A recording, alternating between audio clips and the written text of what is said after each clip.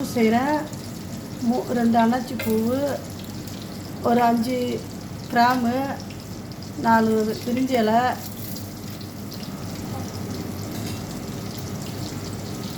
பட்டை 2, 3 black lemon,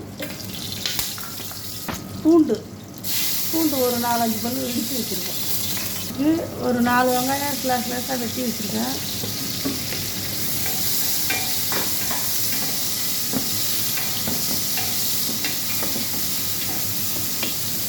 இதுக்கு வந்து வெங்காயம் ஒரு 5-6 வெங்காயம் வெட்டி நல்லா வதக்கி வச்சுருக்கேன். இது வந்து சோயா கீரை, நம்ம ஊரில் இருக்காது.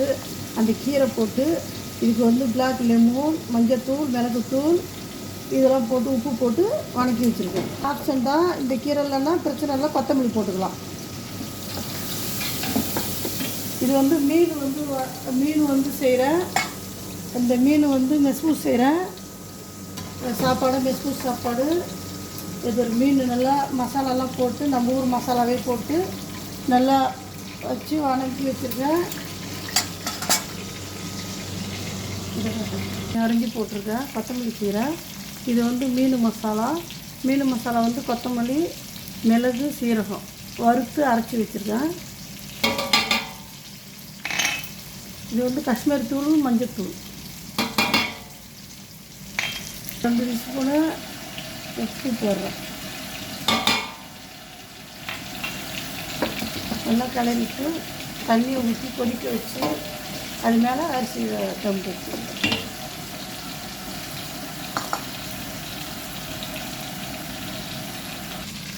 அரிசியை போடுறேன்.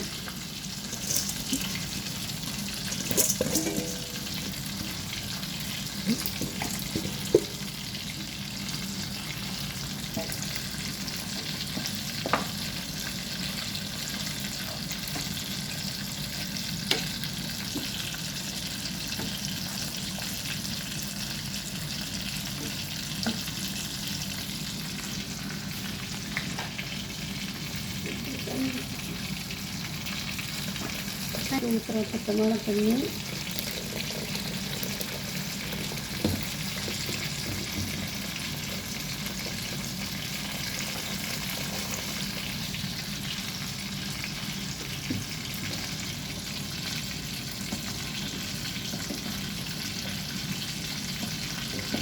பாருங்க.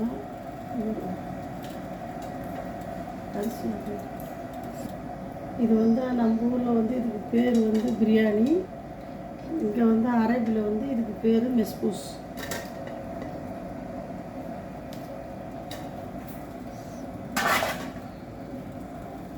வெங்காயங்களை வதக்கி வச்சுருக்கேன்.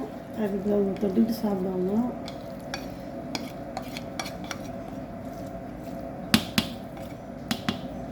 பொடி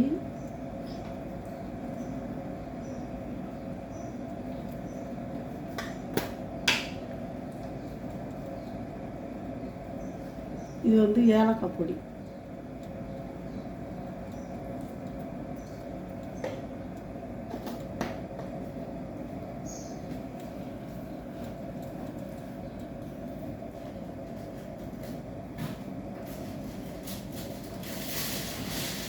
வைக்கிறேன். ஒரு 10 நிமிஷம் வச்சா போதும்.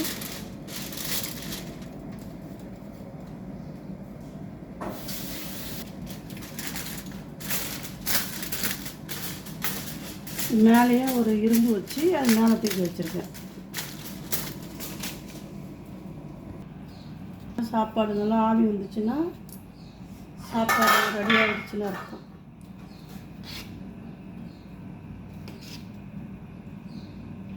சாப்பாடு எப்படி கலராக இருக்கு பாருங்க.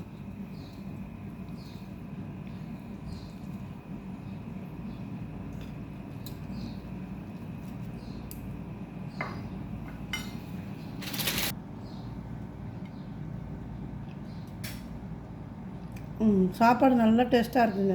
சூப்பராக இருக்குது. நீங்களும் செஞ்சு சாப்பிட்டு பார்த்துட்டு கமெண்ட்டில் சொல்லுங்கள்.